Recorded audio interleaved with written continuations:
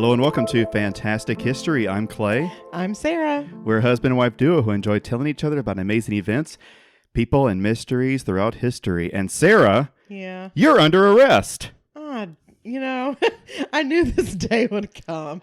It's fine. It's like, don't worry about me, guys. It's finally, you've been found guilty of crimes across the multiverse.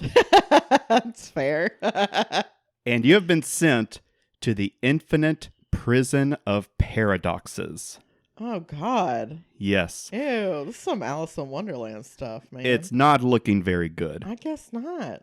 Now, things are a little different here. For one, as the name implies, the prison is infinite in both time and space.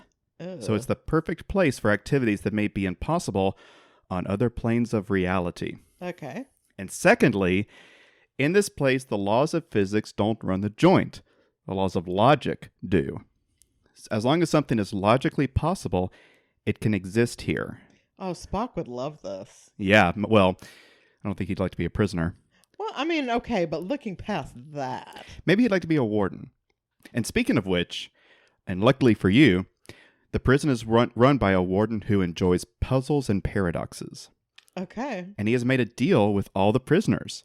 If you can solve some of his brain teasers, he will let you leave the prison. I'm gonna die in here. But if you fail, you'll be stuck there forever. Yep. So, no pressure. Yeah, I'll just settle in. It's fine. You may as well. I did bring a blanket, so But cool. As the name implies, it's going to get pretty boring pretty quick, and there's not really going to be anything to satisfy the boredom. Yeah. But the first problem happens at check-in. Now, the infinite prison, has an infinite number of cells. That makes sense. With an infinite number of prisoners in those cells. Okay. Each cell is occupied by one prisoner. Sure. The warden tells you that if you can find a room for yourself, he will count it as a point towards your eventual freedom. Okay. So, Sarah, assuming you don't want to sleep in the janitor's closet or share a room with one of the multitudes of multidimensional abominations, how do you find yourself a room? I don't know. What the hell? What? Okay, well, hold on a second. Let me see if I can help you out here a little bit. Let's assume that every room is numbered 1, 2, 3, leading to an infinite set of numbered rooms. Uh-huh. Okay? And every room has one prisoner inside. Sure.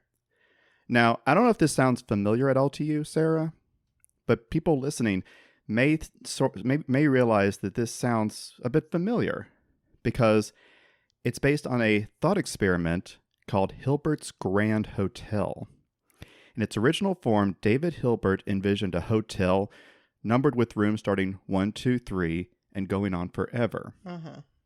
And every room is occupied. How much drugs was old Hilbert doing? Well, Hilbert was a philosopher. That's not an answer. So the drugs were basically the mental masturbation of his own mind. Oh, or like chili with peeps in it. Yeah, maybe. Okay. So, hotel with infinite rooms.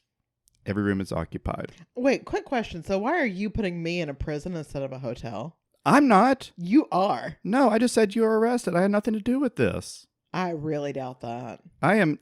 No. I don't. This accusation is unfounded. So by our normal logic, that would mean the hotel has no vacancy, right? Mm-hmm. But this assumption is false because of the properties of an infinite set. So the hotel has a countably infinite number of rooms, meaning no matter how far down the hall you go, each room is assigned a natural number, right? Because there's no highest number, you'll never reach the end of that hall. Right. Even with an infinite amount of time. But we can use that to our advantage to solve the paradox. So let's go back to the prison. What you can do is you can ask every prisoner to step out of their cells. Then the prisoner in cell 1 moves to cell 2. The prisoner in cell 2 moves to cell 3, and so on and so on. And because there's an infinite number of cells, but each cell is numbered, every prisoner will have a room to move into. So you just like open the first door, tell the guy, hey, move down one, and so on. So you end up in cell number 1. Exactly. Okay. It might be easier to do this over a PA system so you don't have to knock on every single door because that could take a while. Well, but if, like, say I knock on door number 1, I'm like, hey, the warden said we're all moving down one room, so this is my room now. Uh-huh. So then guy from room 1 knocks on door 2. Mm-hmm. So you only have to do the knocking once. That's true. So I'm just saying. Okay, so we figured it out. Perfect. Don't give me any credit here. I did not figure it out. But before you can move into cell 1, the warden has been informed that a bus has arrived with new prisoners. And he turns to you and says, okay, hotshot, if you can find room for these prisoners too, I'll give you another point. It's not my damn job. I'm not the warden. Well, he's giving you an option. You can help him out. He'll give you points towards your eventual release. You don't got to participate, but you won't get any points towards release. Okay. So you say, okay, fine. Because you can just do the same thing you did before. If there's 20 prisoners, move everyone down 20 cells, right? Sure. But it's an infinite bus full of infinite prisoners. Correct. I knew it. Correct. Uh-huh. It is. And you simply can't move existing inmates down an infinite number of rooms because infinity is not a number. Mm-hmm. They'll just keep walking down the hall forever. That's their problem. Damn. This is where the cardinality of the set of cells comes into play. So the cardinality is the number of things in a set. Like if you're talking about a deck of cards, the cardinality of the set would be 52. Mm-hmm. 52 is a cardinal number because it refers to the amount of cards in the deck. Okay. And in the infinite prison, the cardinality of the cells is not a number we can count to because it's unending. But every number in the set is tied to a prisoner, just like every number in the set of the deck is tied to a card. Okay. So we have to designate a specific number to each prisoner in order for them to all fit. So is it possible? You got two infinite sets, the infinite prisoners on the bus and the infinite prisoners in the cells. Can we assign a number to each of them? I mean, yeah, because there's an infinite number of numbers. But how do you do it? I wouldn't. But you have to. No, I don't. I decline the offer. I don't care about your points. I just got in my room. I'm getting comfortable. Get out of here. Do your own job. Well, I'll tell you how to do it. Because I would like you to get out because, we got stuff to do together. Okay. Well, maybe you shouldn't have turned me in. I didn't. Yeah, right. I didn't. I could have been in a hotel. You said prison. I didn't do anything. Okay. So here's what you do. You take the prisoners that are already in their cells, and you tell them to take their cell number and double it. Then move into that cell. Okay. So person in cell 1 moves to 2, 2 moves to 3, 3 moves to 6. 2 would move to 4. Sorry, 2 to 4, 3 to 6, 4 to 8. Yeah. And suddenly, only the even number cells are taken. Okay. And every odd cell number is empty. Okay. And in an infinite set, the amount of odd numbers is equal to the amount of even and odd numbers. Okay. Because it's infinite. Sure. Now you can assign each prisoner on the bus to the odd cell numbers associated with like, maybe their seat number. If you're in seat number 1, you take the first odd number, and then so on and so forth. Mm-hmm. And then they can move right in. So despite having an infinite number of cells being full, you can still fit an infinite number of people in those rooms. Okay. But then the warden tells you that he's not happy about this because he's a busy man, and moving an infinite number of prisoners into an infinite number of rooms will take an infinite amount of time. And they have the time, but he doesn't want to have to deal with it forever. Me neither. Yeah, you either. So he tells you he wants everyone moved into their cells in 2 minutes. Is that possible? No. No. Actually, it might be. But how? If it's an infinite hallway and an infinite bus, how are you getting everybody off of an infinite bus all the way down to the end of the infinite hallway? In 2 minutes. Yeah. Well, to answer that, we're going to have to, I'm sorry, everyone, we're going to actually have to talk about history in this episode of Fantastic History. Thank God. Zeno of Elea was a philosopher of ancient Greece who lived between 495 and 430 BCE. And he rubbed shoulders with some pretty big names like Plato and Aristotle. Heard of them? Now, not much is known about Zeno's life, and most of the information we have is pretty dubious. One such account is that he attempted to overthrow a ruler named Nearchus the Tyrant. Oh, God. Now, I think I'm pronouncing that right. Nearchus the Tyrant is only referenced in all of history one time. Oh, they hated that man. Well, I don't know. The only time he's referenced is in the story about Zeno. Uh-huh. So we're not sure if he really existed or if he was just created for this story. Or they hated him so much that they completely blasted him out of history. I mean, we've had stories where we've talked about that before. That's like, true. One surviving document is all the proof that anything actually happened. That's true. So we just don't know. Anyway, he was going to overthrow this tyrant, and when he was caught, he was tortured to draw out the names of his co-conspirators. Sure. But instead of snitching, he bit off his own tongue and spat it at Nearchus. Get him. The tyrant then threw Zeno into a mortar, where he was pounded and crushed to death. Oh, God. But did any of this or anything remotely like it happen? Again, we don't have any idea. I'm sure something remotely like it happened. Perhaps. Maybe not to any of the named people, but I'm sure at some point that happened. At some point in history? Yeah. Maybe. But Zeno's fame throughout history is through his works.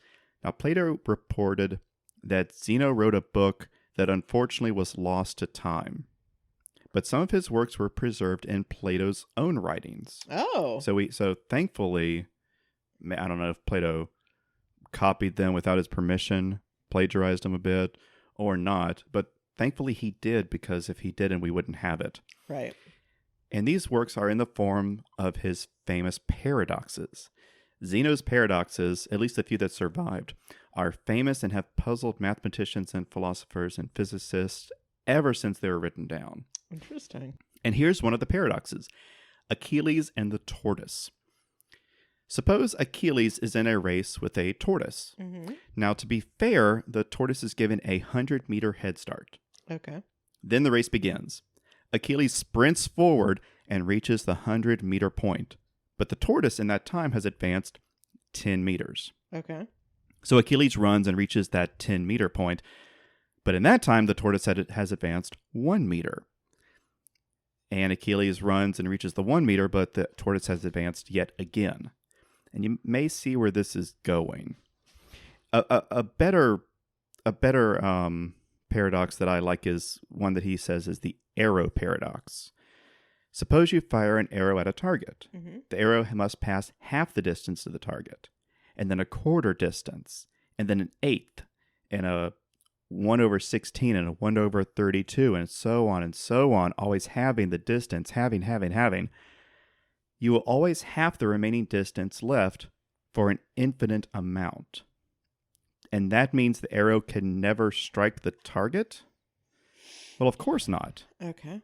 We know it hits the target, but if you're always having it, and you always have it, there's always an amount of space mathematically to have it, how can it hit the target?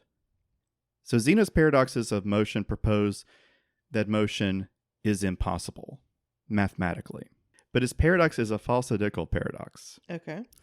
This is a paradox that appears to be false and can be proven to be false based on the premise. Right. Because we know that Achilles will pass the tortoise. Yeah, unless he, like, every time he catches up with the tortoise, he just, like, stops and watches it for a while instead of continuing to run, which is what I found silly about that paradox. Yeah, there's only so much space. All right.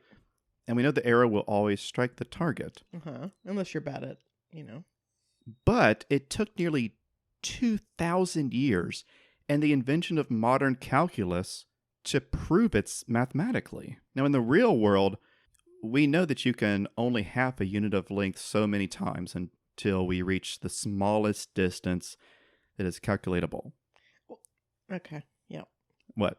That's just simply not how velocity works. Who cares? Who cares? Oh, we keep dividing it and dividing it. But you fired the arrow. There's force behind it. That's not how any of it works. Who cares? Like, Well, what is the point of this? Like, you know what I mean? Like, I do. why are we, like, not me and you, but like this dude, like, what are you talking? How high are you? What? Right. Obviously, it has to happen, right?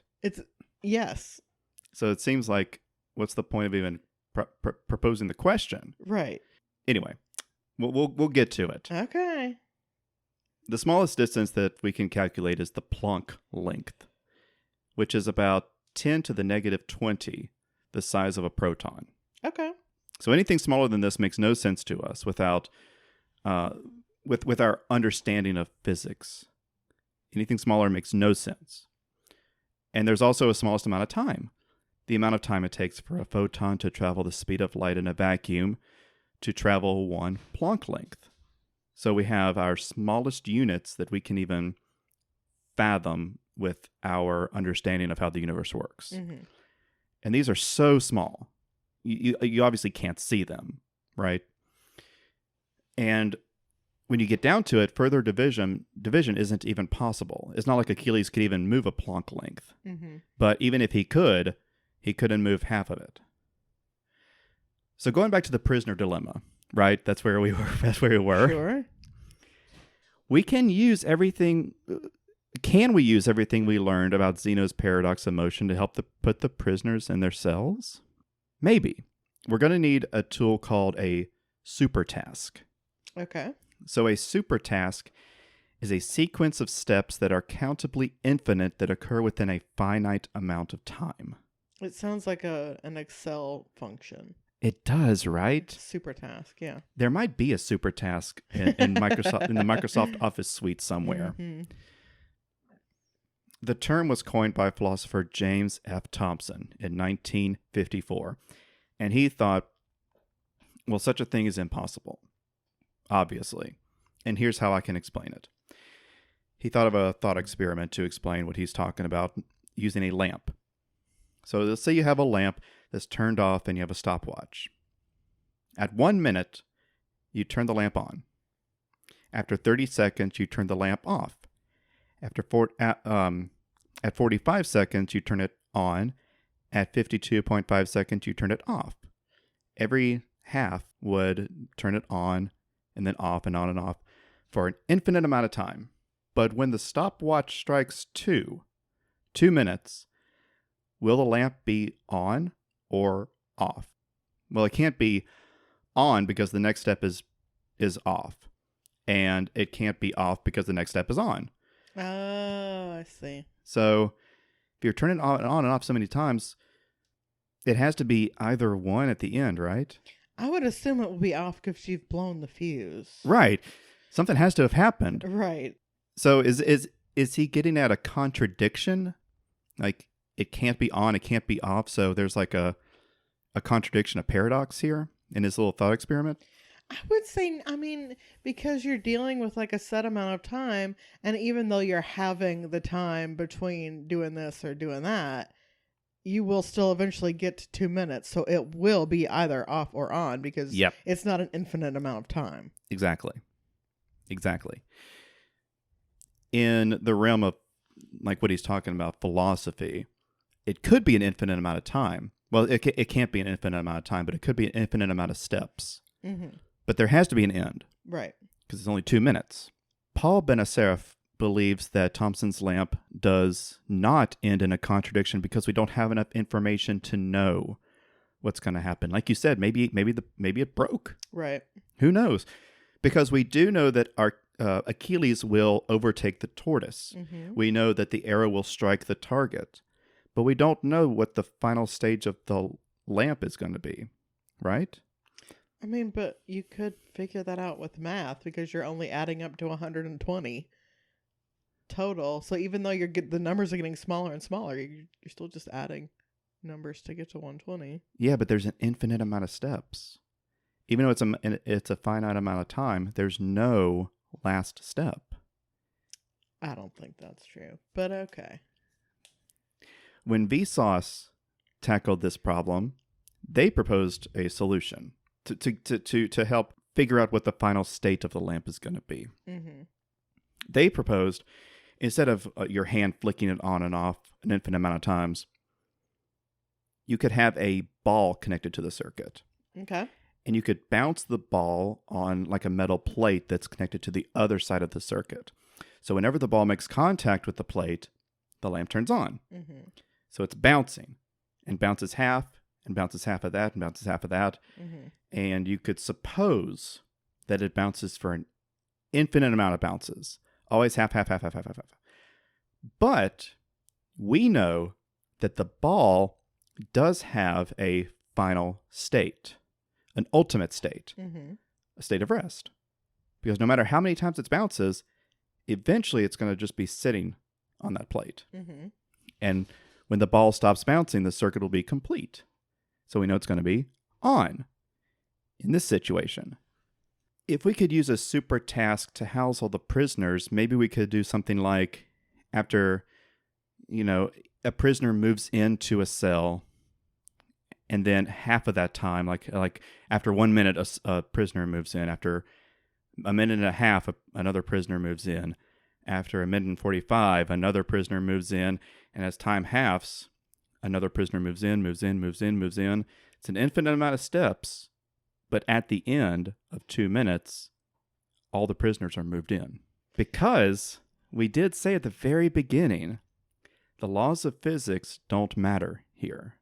Only the laws of logic. So if it makes logical or mathematical sense, then it works. To me, it just doesn't make logical sense. So I don't think I'm the person for this thought experiment, because that's just simply not how math works. It's not how math works. Well, math does deal with infinites. I'm not disputing that. I'm talking about a 2 minute limit of time is what I'm talking about. Yeah. That's just simply not how it works. Like, you will run out of time. Eventually, yeah. I don't think it would take that long.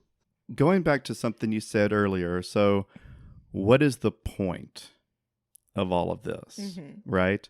Because we're talking about prisoners and cells and the infinite prison, which you're still on the hook for, just to let you know. No, it's a hotel, and you made it a prison. So yeah, it's a prison. What is the point of talking about infinity and paradoxes and such? Does it, as you mentioned, time is finite. There's only so many times you can divide time before, if you divide it anymore, it doesn't even make sense anymore. Right. And infinity doesn't exist in our reality as far as we can tell. And if it did, we'd never know anyway. Right. Because we never reach the end. Is there an end to pi? Maybe. If there is, we may never find it. So we may consider it to be infinite, but we can't know, because every time we find the next number, we don't know if that's the end. There could always be a next number. So why even talk about it, I guess, is the point. And this was something I was thinking about too, like as I'm writing out this script and thinking about all the things that I want to mention and propose to you. I'm thinking like, well, what's the point? Is this just a futile thought experiment that doesn't matter? And then I thought it does matter, because we're curious and we need to know the answer to the question or the mystery. Just like you hate mysteries. Yeah. You need an answer to the mystery. Yeah. And our big brain, has resulted in us creating brain teasers since before we developed written language, because we're all hardwired to figure out the answers to the questions we can't answer. And when we were, as we were evolving, those questions were a little not as complicated as thinking about infinity. but they were still complicated enough to keep us going, keep us surviving. Mm-hmm. So talking about brain teasers and sort of figuring out the limitations of our own imagination and brain actually helped us to develop into who we are now. Being able to create calculus and create algebra and create geometry and create all these mathematics that might even not exist in the real world, but still make our brains bigger. And, we are so defiant to the word no that it took 2,000 years and the creation of new math to answer a riddle in an ancient book. And we do this so well that we've calculated not only countable infinities, but multiple uncountable infinities. And infinite sets that only exist in our stupid ape brains. And I just think that's pretty cool because it's curiosity. And that's kind of the whole point of this show. Curiosity led us to cross oceans after other humans had crossed that same ocean and never come back. But we kept crossing it, which is stupid. Yeah. Why would you cross an ocean? No, the only thing you know is that you're probably going to die, but we kept doing it. And eventually people found Easter Island. Why? Why do that? Because we're curious. And we've become so curious that we've explored reality, like the edges of our universe, but we've also explored the edges of our creativity and our mind, just to the point where we're proving things that are true and real that don't exist in reality, which is kind of cool. Just shows we're never really satisfied. I've got a riddle for you. Okay. What do I have in my pocket? Ooh. Oh. I'm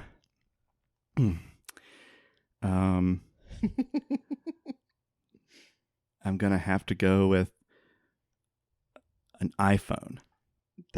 No, that's from The Hobbit. That's the final riddle that Bilbo gives Gollum to win the riddle competition. Oh. He says, what have I got in my pocket? Gollum didn't have an iPhone. Well, Gollum didn't have pockets. It was Bilbo who said it. I don't want to talk about Gollum's pocket, okay? I don't want to talk about that ever. Yeah, let's not talk about Gollum's pocket. That's gross. Thanks, appreciate that. But hey, you're not out of this yet. Your time in the infinite prison of paradoxes is not over. But ironically, that's all the time we have today. So, thank you for listening to this very strange episode of Fantastic History. If you liked it for some reason, let us know. You can send feedback to fantastichistorypod@gmail.com. Attention, Clay. Attention, Clay. Attention, worst episode ever. Oh, no. Or you can reach out to us on Threads or Instagram. We are Fantastic H Pod on both. So, until next week, bye.